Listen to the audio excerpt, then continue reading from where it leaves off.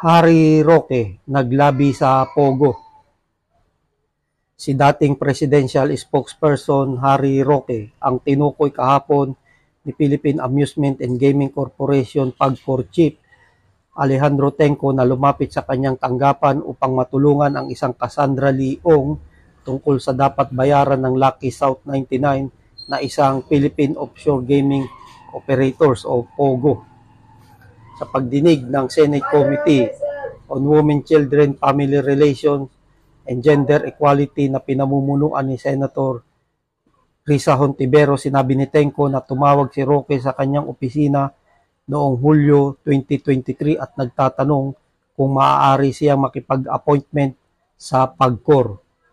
Si Roque rin umano ang legal head ng Lucky South 99. Sa ikaapat na pagdinig ng komite, iniharap din ni Tenco ang organizational chart na kalakip ng mga dokumentong isinumite ng Lucky South 99 para sa kanilang orihinal na aplikasyon ng lisensya na nagtalaga kay Harry Roque bilang legal head.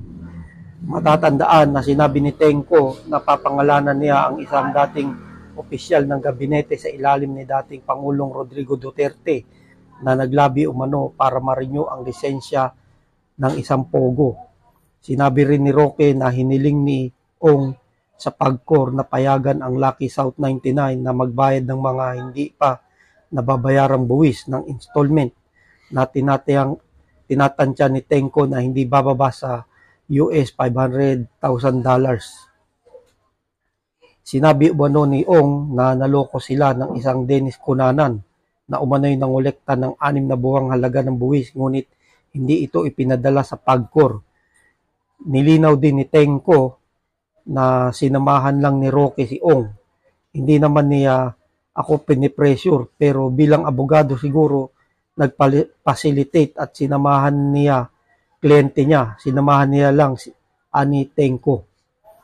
Matapos ang pulong, nakipag-ugnayan pa umano si Roque nang hindi bababa sa 6 na beses hinggil sa status ng muling pag-a-apply ng lisensya ng Lucky South 99 na inihain noong Setyembre 2023. Kaugnay nito, ipapatawag sa susunod na pagdinig ng komite sina Roque at dating PAGCOR Chairman at CEO Andrea Domingo.